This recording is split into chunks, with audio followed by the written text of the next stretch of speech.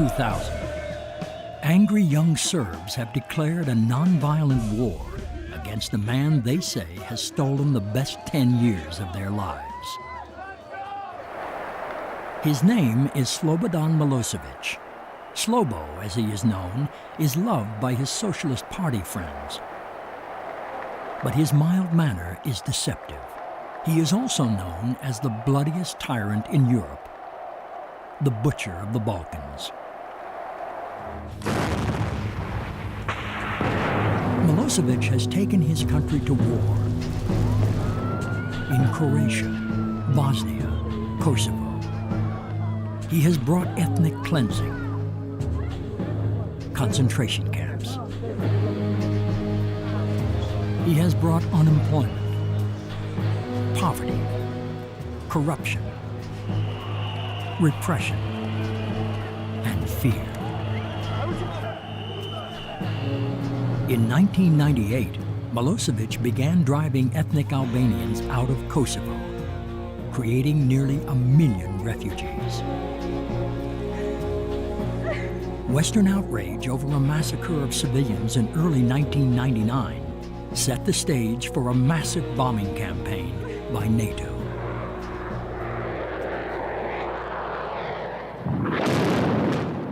For 78 days at a cost of $3 billion, the bombs fell. United by their suffering, many Serbs rallied around Milosevic.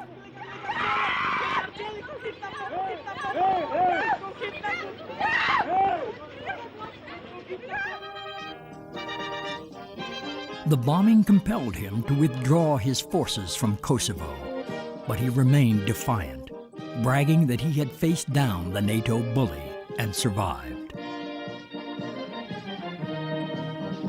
He didn't care how much damage his army suffered or his people suffered. What he cared about was his own hold on power. The bombing, in the end, clearly strengthened his hold on power in the short term. It may have, in the longer term, undermined it. But the notion that he was going to worry about military damage is nonsense. He wasn't going to, but I heard many, many times in the State Department, he will only respond to force. After the bombing, thousands of protesters, led by students, take to the streets against Milosevic.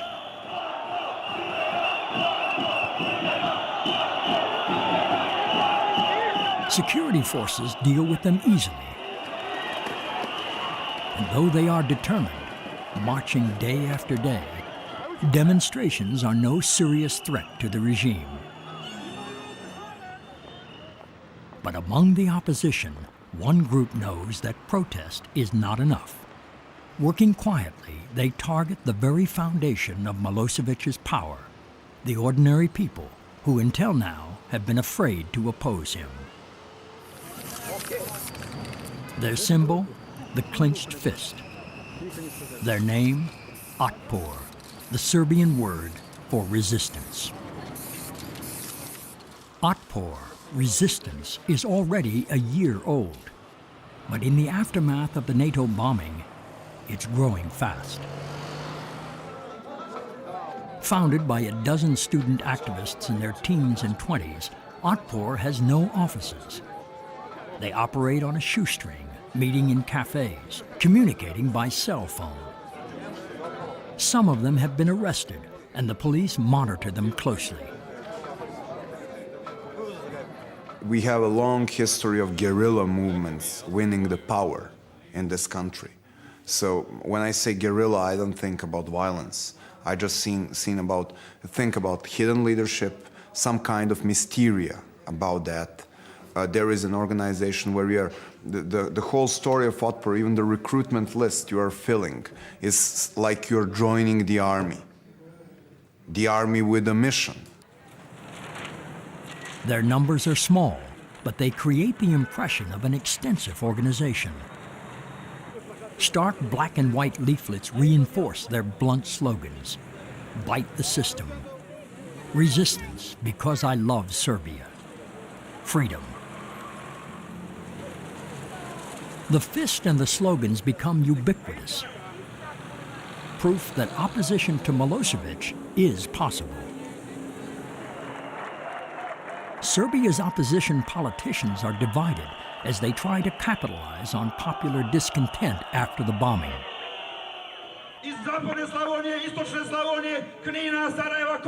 Zoran Djindjic heads the best organized party, but there are 24 political parties, and most Serbs have lost faith in politicians. There is so many people in Serbia who will say that all the political leaders are corrupt. I don't believe anybody. I don't believe Djindjic. I don't believe Koštunica. I don't believe Drašković. I don't believe anybody. And that was one of the sources of Milosevic's success for so long, because many of people would say, okay, not Milosevic, but who else? Who else? And these young girls and boys from Otpor said, no, let's finish with Milosevic. That is important.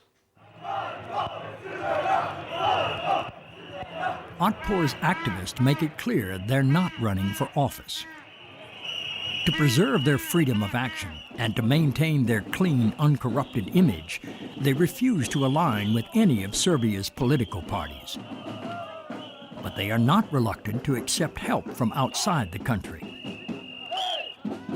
Soon after Otpor was formed, they had meetings with senior international officials, including Americans, and we all recognized the incredible talent and capacity within Otpor. Now, they made clear they wanted to be seen as a largely Serbian, Yugoslav institution, not as a tool of the West. And, we respected that. We thought that was a smart judgment. So from the beginning, we saw in Otpor a degree of enthusiasm and talent and just kind of political sense that was really encouraging and deserved our support however we could offer it. U.S. foreign aid designated to promote democracy in Eastern Europe helps with Otpor expenses. But the inspiration for what they call actions is all their own. On Milosevic's birthday, they make a cake. The cake signifies our country, which fell apart. Like all those pieces of cakes are falling apart and they are eaten by Slobo. On the lunar eclipse, they invite shoppers to view the eclipse they have in mind.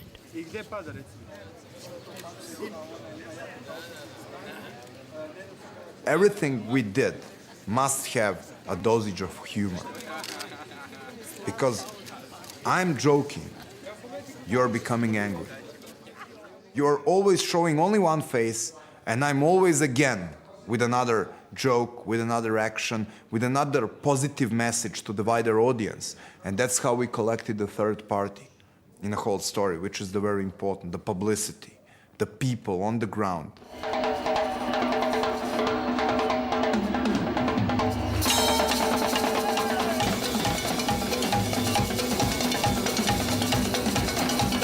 Otpor invites Belgrade to a New Year's Eve party.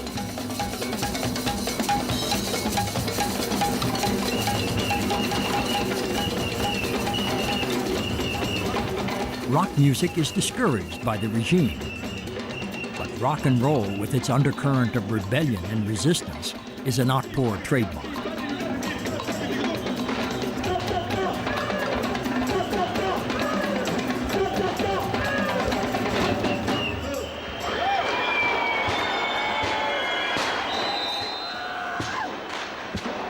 At midnight, instead of the traditional celebration, Otpor shows the names and pictures of Serbs who died in Milosevic's wars.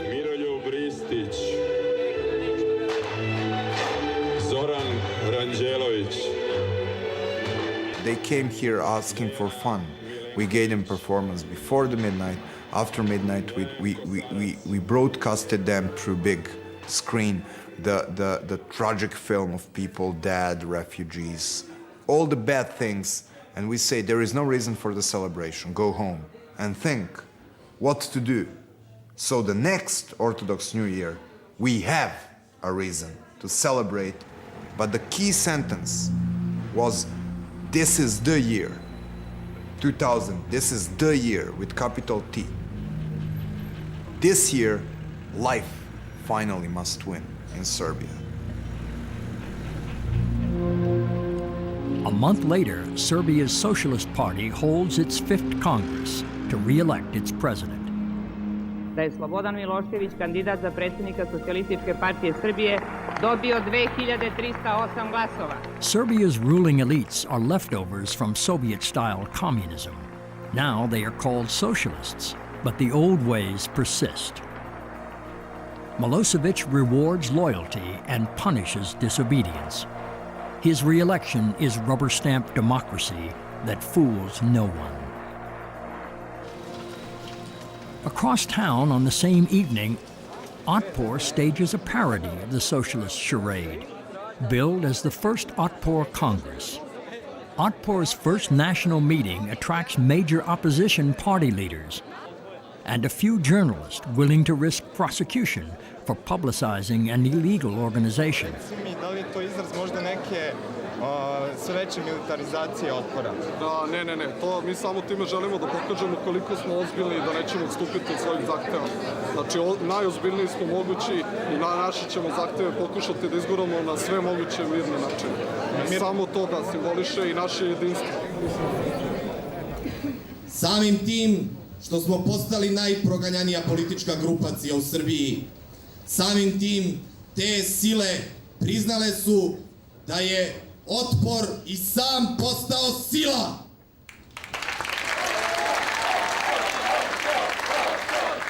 Police harassment has not discouraged them. Recent arrests have spurred a surge in membership.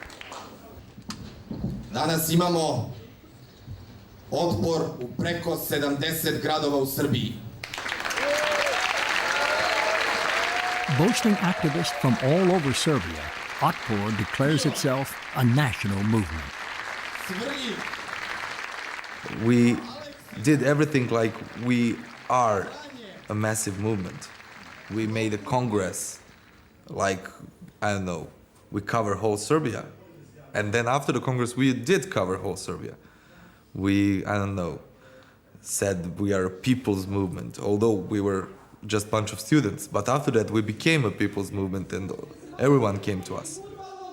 Otpor's recruiting strategy relies on shock therapy, the clenched fist, stormtrooper wardrobes, and black leather are intentionally sinister. It's all part of the message. Ja sam huligan I uličar, što noću ide po zemlji čitulja I uznemirava javnost, lepeći plakate, otpor jer volim Srbiju. Ja sam narkoman, uživam u slobodi I svakog dana mi je treba sve više I sve više želim. Ja sam izdajnik. They had tremendous enthusiasm. The keenness of these kids to do something was extraordinary. But there were others in official positions who raised some eyebrows about that. I mean, did they really want to be supporting student protesters whose symbol was a clenched fist? I mean, that goes a little far for the U.S. government. To the credit of those who were in charge, they were eventually convinced that that was a good idea.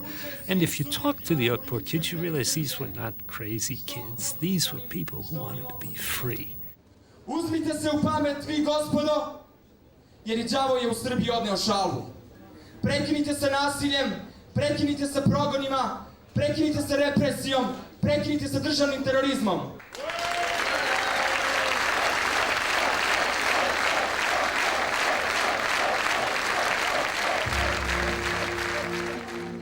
Now Otpor has a Belgrade office, a 3-room apartment lent by an activist's parents.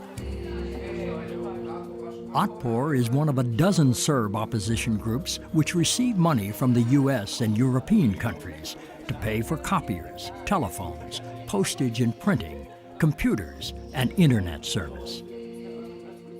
Otpor established a website even before it had an office.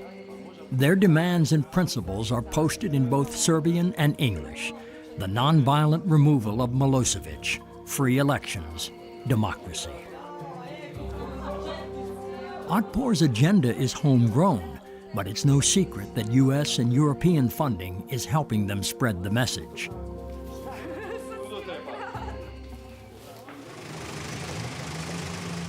In late winter, Otpor's foreign financing makes it vulnerable. But when Milosevic says Otpor is an American puppet, they know they're becoming effective. The people in these countries don't always like it done openly. And that's understandable too, but there's a big difference between that and a covert program. These were not covert programs. They were overt programs, and they were aimed not at the overthrow of Milosevic, but at building up the elements of a democratic society. Otpor's foreign support is more than money. The International Republican Institute in Washington recommends books on nonviolent strategy by the American scholar Gene Sharp, and arranges for one of Sharp's colleagues, a retired Army officer, to give them a weekend seminar. And I explained it. It's a form of warfare, and you got to think of it in terms of a war. And if you decide to accept nonviolent struggle, then the same principles of war. We mentioned objective. You mentioned mass. Be able to get your forces together at the decisive point. And the initiative. You're never going to win by being on the defensive. You've got to take the offense, whether it's in a military struggle or in an armed struggle. So the overlap of the principles of war are the same. There we were faced with the essential things we were already applying here, but just we didn't know that somebody has written a book about that. So it was an amazing experience, having this book in the hands, seeing that systematically written on one place, which we developed by our experience, looking towards to what Gandhi's movement did, and so on and so on.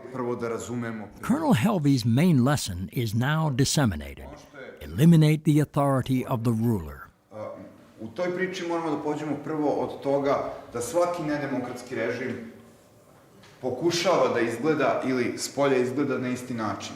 Imate malu grupu na vrhu tog režima koja pod sobom kontroliše razne resurse, razne institucije, razne represivne mehanizme, sudstvo, medije i već sve drugo što može se nabroji. I generalno taj sistem koji se u teoriji zove monolit. I ljudi su gledali u taj monolit i rekli, ali neće se monolit promeniti dok glavu ne odsečete. A to se zove revolucija. I mi smo rekli, ne, Otpor je jedan prodemokratski pokret koji ne menja vlast tako što nekom odseče glavu, nego Srbi su narod koji može da promeni vlast na izborima sada i svaki sledeći put, jer to je dokaz da smo civilizovan narod. Elections are still at least a year away. In the meantime, Otpor builds its network using other weapons to undermine Milosevic. Recruiting and training hundreds of grassroots activists, Otpor has no national leader or central committee. Belgrade sends supplies, but local Otpor activists run their own affairs. It's a conscious strategy to create so many layers of leadership that it will be impossible to arrest them all. Otpor relies on local kids, well known in their own neighborhoods, as the best way to mobilize the discontent, which is strongest in the provinces. Smaller cities became the center of the opposition, and Belgrade was like a black hole. There were no independent electronic media in Belgrade in last 2 years. Everything was kind of silent. And in cities like Čačak, Niš, Novi Sad, Kraljevo, Užice, situation was very hot. People were very dissatisfied and very angry and very radical.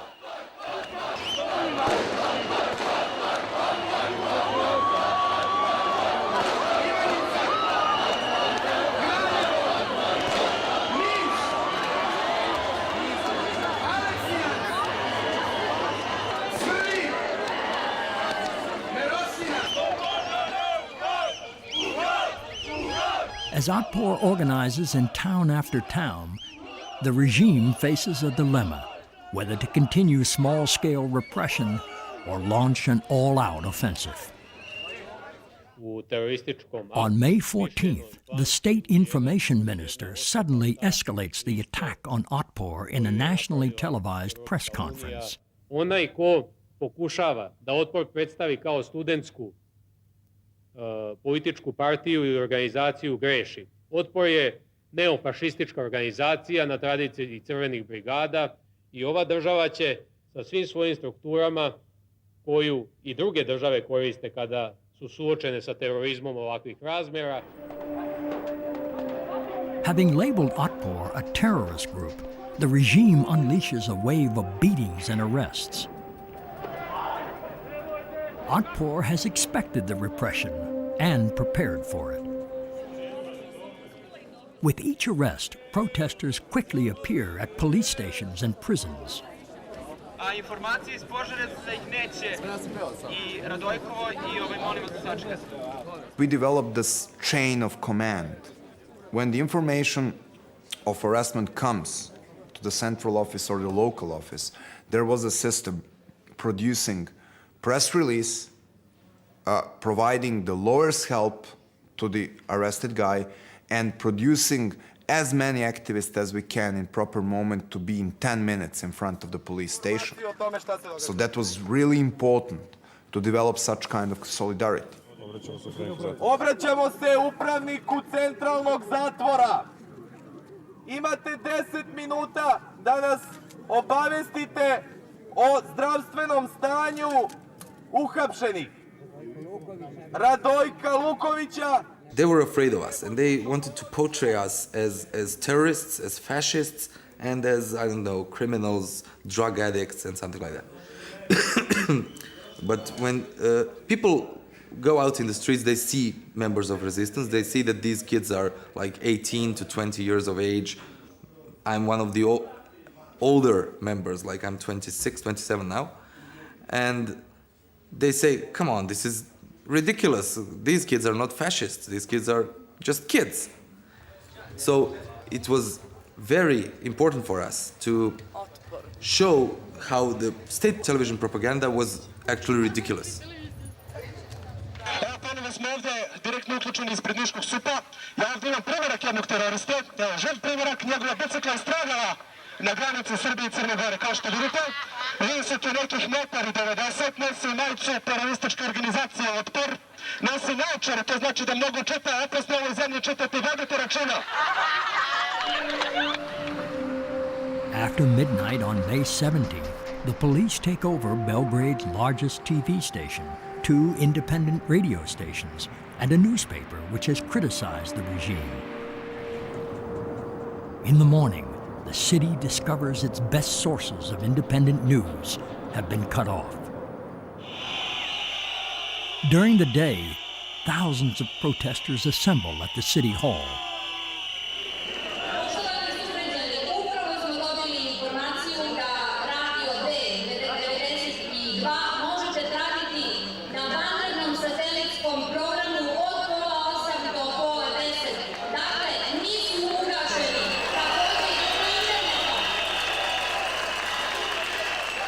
With this latest escalation, Milosevic has aroused thousands of people who have never before taken part in political protest. Through the day, through the night, all the next day, and the next evening, the protest continues. At 10 o'clock, the regime has had enough.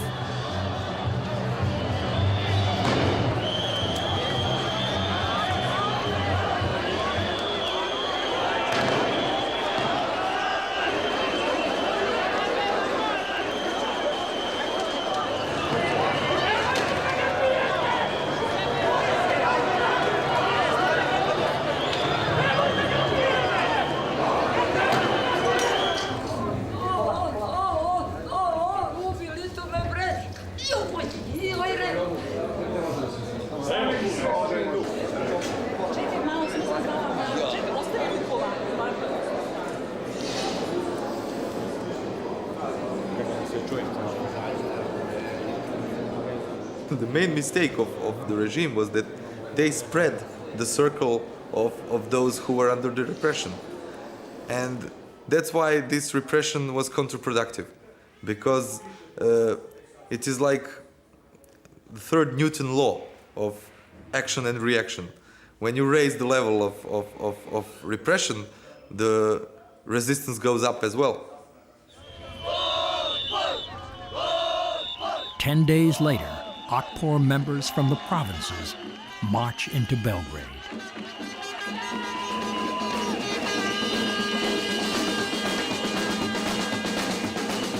They have come to put the squeeze on Serbia's opposition political leaders, to stop their bickering and work together against Milosevic.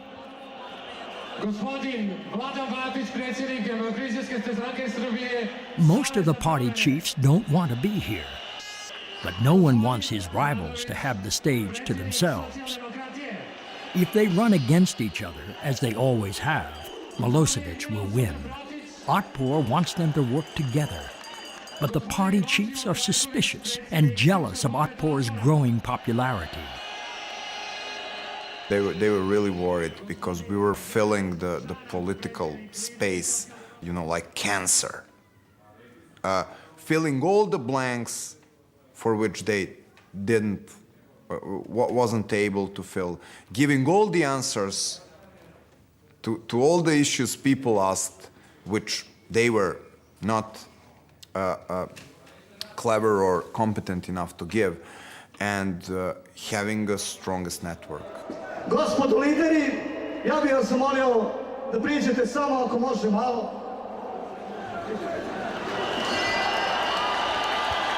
Their reluctance to touch the flag of the brash Otpor movement shows how hard it will be for them to work together against Milosevic in next year's election. On July 27th, Milosevic springs a surprise, calling for elections 10 months ahead of schedule. He knows the opposition is unprepared, and he badly needs to renew his claim to legitimacy. He understood that his position is getting worse every day. He was trying to save what there still existed as support for him. That's one thing. The second thing is he was prepared to steal.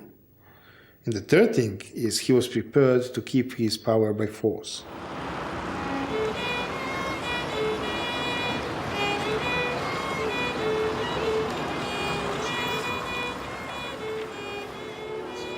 Under Milosevic, average income has fallen from $800 a month to $50. A newspaper reports that the majority of voters are wearing 10-year-old shoes. Milosevic is vulnerable, but against a divided opposition, it won't be hard to steal or even win the election. September 1st. Serbia's opposition unveils a new coalition to run against Milosevic. Pro-democracy groups like Otpor have demanded it, and the Americans and Europeans have offered to help if they work together. Their coalition is called the Democratic Opposition of Serbia, DAS. DAS is 18 parties pledged to support a single presidential candidate, a man barely known outside Belgrade's political elite. His name is Vojislav Koštunica. Koštunica is a lawyer who heads a small party. Opinion polls have shown he is the best candidate to run against Milosevic. His nationalist credentials and anti-American rhetoric will make it impossible for Milosevic to call him a traitor. Da ću dati sve od sebe, da naša zemlja bude istinska domovina svih svojih građana.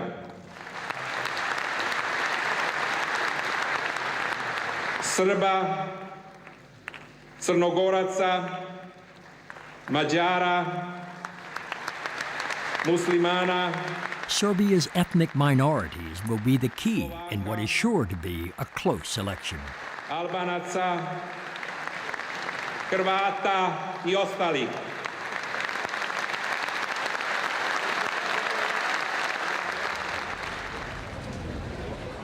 Koštunica works the smaller towns where Milosevic dares not go. DAS strategists get help from U.S. pollsters and political advisors based outside Serbia. The polling told us the voter desperately wanted a reason to vote against Milosevic and for a better life in Serbia. So we really worked with the party leadership to understand they had to go out and meet the voter one-on-one. You know, shaking hands as you go through the market, going and knocking on doors, doing telephone calls. And as a consequence, they got tons of local press, local television, and they were able to compensate for what they couldn't get in Belgrade.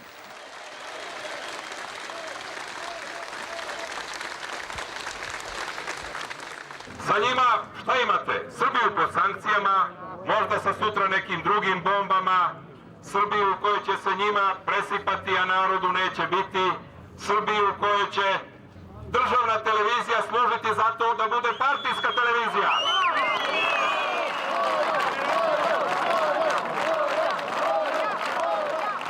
The positive message was our vision of the new way of life, because we have been so tired by our life being so uncertain, wars, pressures, Milosevic's repression. And my impression during that campaign, talking to so many people, was that actually that's what they needed and that's what they dreamed about. So they were not just thinking so much about Milosevic.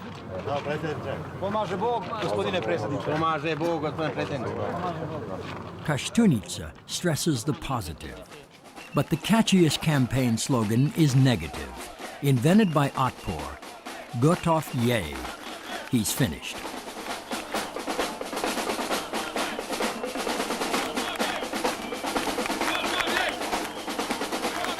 Gotov je, he's finished. It was daring, audacious, bold to say, Milosevic, he's finished. They didn't even say Milosevic. They said, he's finished. Everybody knew what they meant. And they did this over and over with different slogans that they have an edge to them. They fit in the society in a remarkable way. Koštunica campaigns alone. Other party leaders like Zoran Đinđić set aside their own substantial egos and ambitions to campaign separately on his behalf.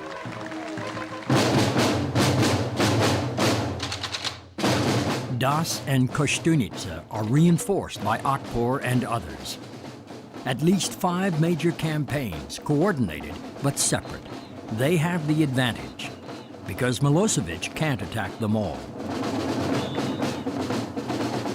The advantage of opposition in this campaign was that the campaign was dispersed. Otpor in one side, other non-governmental organizations, G17 plus, those parties and Koštunica. We had 5 campaigns, so we didn't know who is the leader. It was not recognizable, so Milosevic didn't know who should be attacked.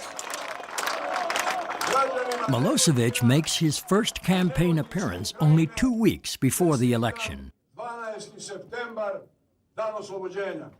Živeli!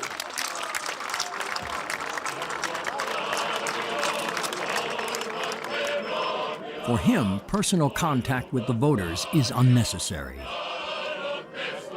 It's no secret that the Socialist Party pays people to turn out for his rallies, to make better pictures on state television.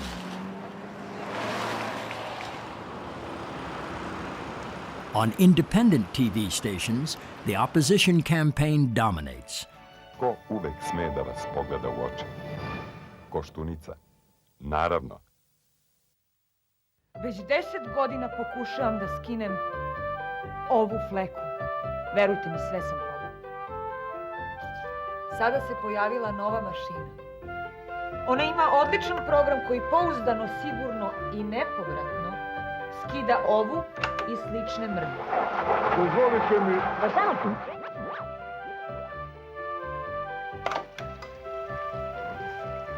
Vidite? Deluje. Konačno. Gotov je. Less dramatic than campaign speeches and commercials, the training of poll watchers is probably more important.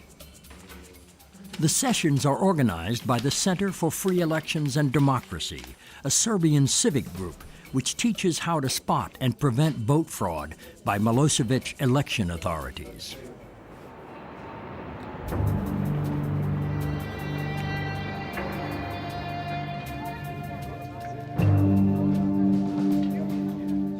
By election day, the Democratic opposition, Get Out the Vote groups, Otpor, dozens of pro-democracy and human rights organizations, and independent media have joined in the campaign.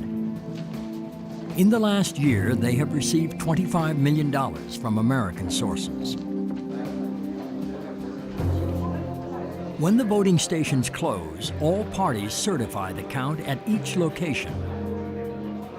Any attempt to steal the election will have to be committed by the regime in Belgrade. There were 10,000 polling places. You need at least 30,000 people to monitor 10,000 polling places. Had they really organized 30,000 people? Well, not only had they organized something like 30,000 people, but they had organized this incredible effort to convey the election results to Belgrade almost immediately, so that when the fraud occurred, they had numbers that demonstrated the fraud. An email network feeds the results to a computer center.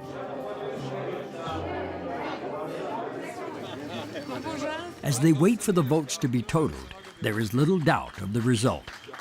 But no one knows what will come next. We knew that we will win. We knew, and we knew that Milosevic will not accept. And our advantage was we were prepared for the second step, that he will not win, he will not accept our victory, and he will try to manipulate after that.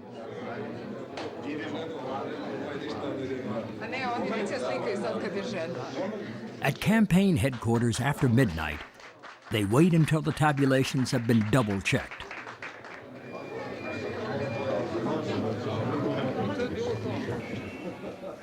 Then they make the announcement, which will make manipulation of the official results impossible. Prema našim podacima, izvesna je pobeda u prvom krugu predsjedničkih izbora.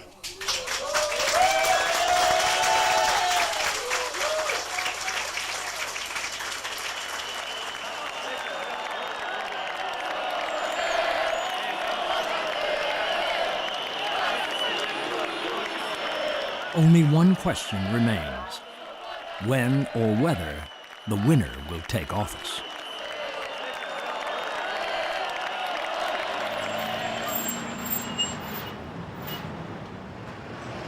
In the next days, as Belgrade holds its breath, Milosevic's Electoral Commission says neither candidate pulled over 50% and calls for a runoff election. Vi ćete imati najveći zadatak u životu. Ako stvari stoje onako kako ja mislim da stoje, mi ćemo morati organizujemo proteste. Vi ste trenirani da to sprovedete. Vi ste pravili mrežu po fakultetima. Ovo je vaš protest.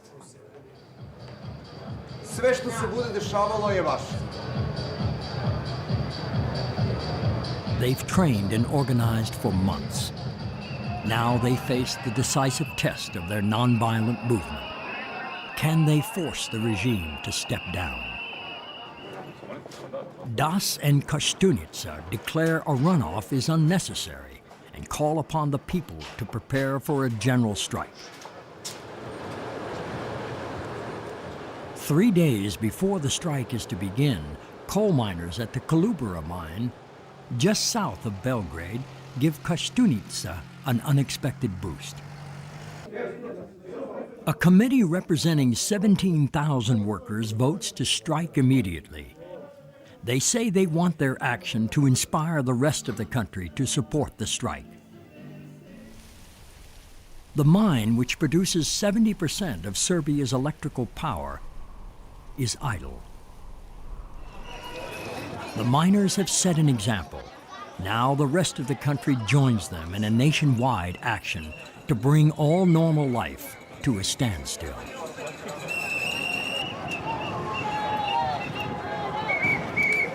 We knew that Milosevic can resist only with support from police and army. And we knew if we can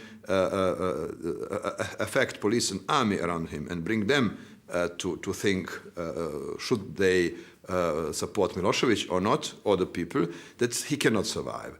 And it was very important for us to find symbols of this very wide national resistance and to show to the police and to army that it's not just opposition against government, but that is people against Milosevic. As police and army encircle the striking miners, ordinary people respond to an urgent call to support and protect the strikers. Thousands come, a signal to the police and army that Milosevic is finished. In larger cities, taxi drivers join in slow-moving, rolling blockades. Public transport drivers park their buses and streetcars across major intersections.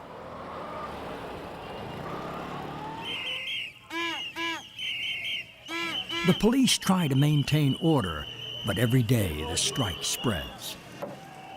Having lost the election and been thwarted in his attempts to steal it, Milosevic must now step down or use violence. We had the nation trained not to attack the police, not to use the violence, because our message was there is no war between police and us, that we together are the victims of the system, and there is no reason to have war between victims and victims. One victims are in blue uniforms, other victims are in blue jeans, but there is no reason for that blood.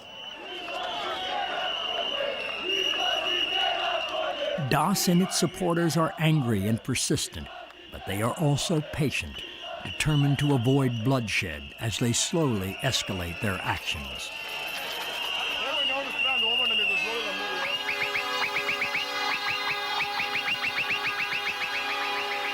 It was crucial that we left enough time for these people in the regime to understand what is going on. It was not just one day revolution, but it was 10 days with daily increasing this pressure, and Serbia was in blockade. But by the end, it was absolutely clear that the majority is against Milosevic.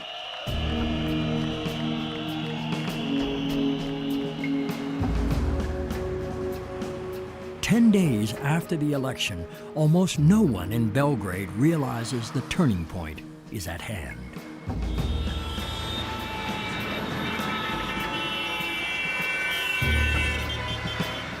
Since before daybreak, Serbia has been on the move, converging on the capital from every direction.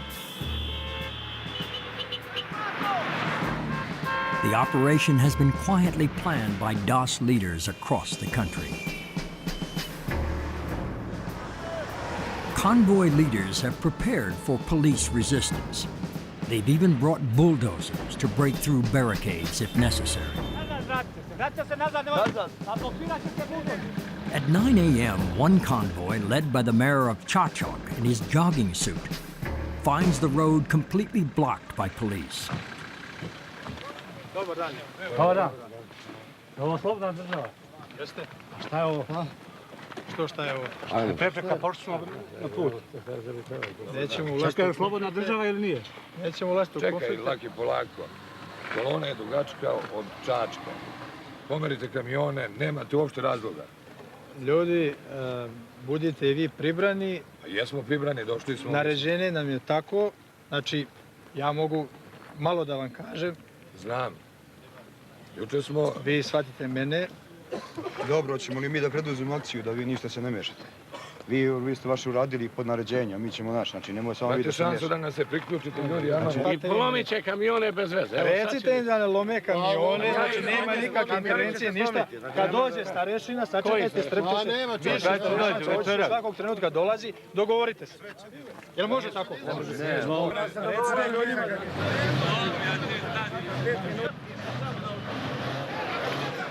Tired of negotiating, the men of the Chachak convoy removed the blockade themselves.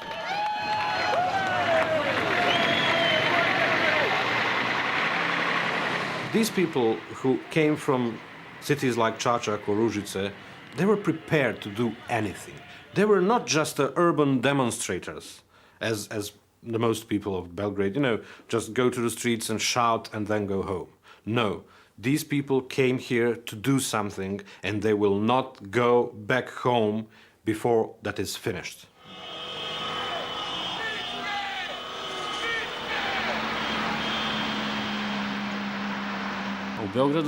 Special units for anti-terrorist actions were expecting us in Belgrade. They'd been cooperating with us closely. We made radio contact with them every 10 minutes. I would then give the information to my fellow citizens. We have the police. They are taking our side any minute now. As the morning goes on, it becomes clear that the police will build barricades but not defend them.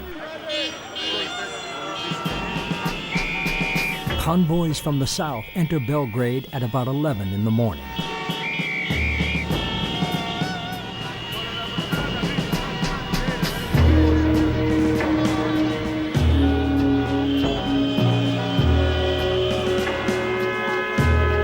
Their rendezvous point is the Federal Parliament building. Mayor Ilic stays in contact with convoys still on the road. They plan to link up for a non-violent takeover of the Parliament at 3 p.m.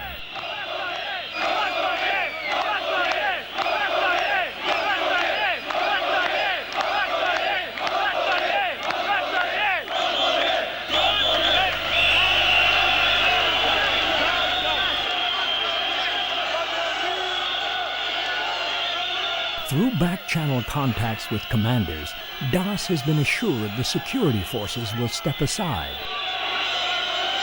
But no one takes it for granted. We didn't know how police would react. We knew that some part of police will not react against the people, but we didn't know about all parts of police. And the police were very, very confused.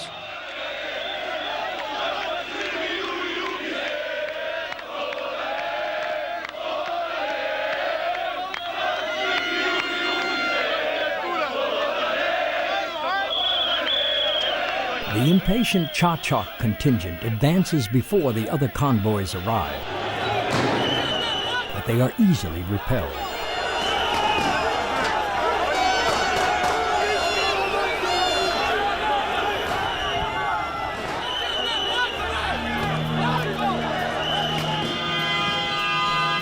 What the police don't know is that hundreds of thousands of Serbs are still on the road to Belgrade. The farmers and workers who supported Otpor and are determined to stop the theft of their votes.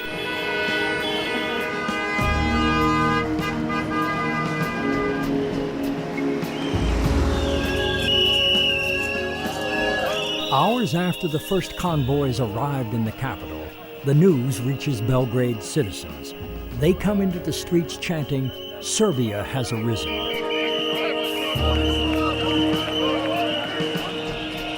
On this day, there is only one place to be.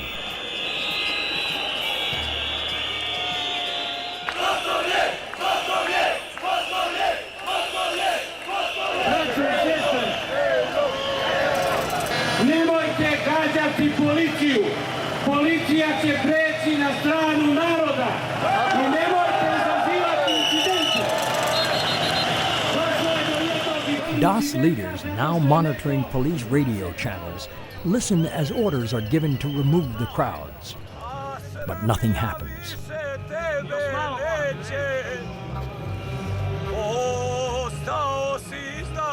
they didn't really mean to do anything. They simply ignored the orders and they observed what is going on. And when they realized that there is hundreds of thousands of people in the streets of Belgrade, and there is more and more and more coming from all parts of Serbia, and that you have a kind of uprising in this country, of course they knew that any kind of using the force against these people would be a self-destruction, and they realized that it would mean that they are losers together with Milosevic. They didn't want that to happen. A reporter wrote, "The police and army commanders never ordered their troops to fire because they knew their own kids were in that crowd."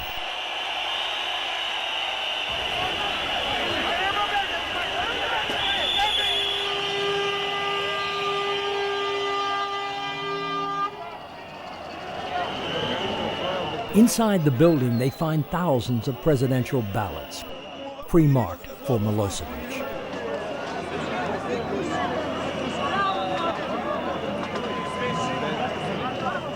Well, breaking the few windows and a parliament in flames, it's just nothing.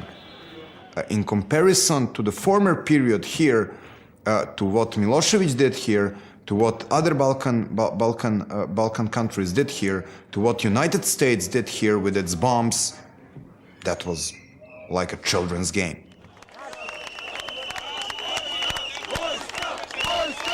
Two lives are lost in the takeover, to a heart attack suffered by an elderly man in the crowd and a traffic accident.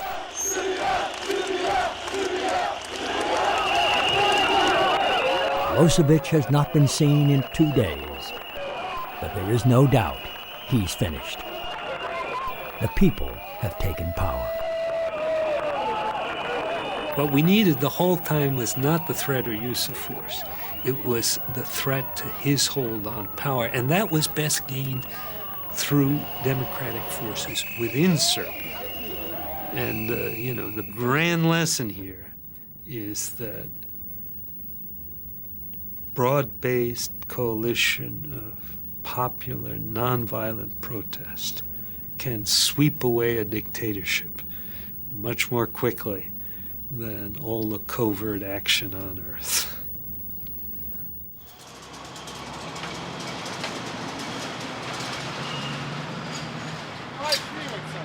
I think we succeeded because we simply loved life more than them. Generally, those guys were the preachers of the death. Their hatred, their propaganda, their language smelled like death. And we won because we loved life more. We decided to love life. And you can't beat a life.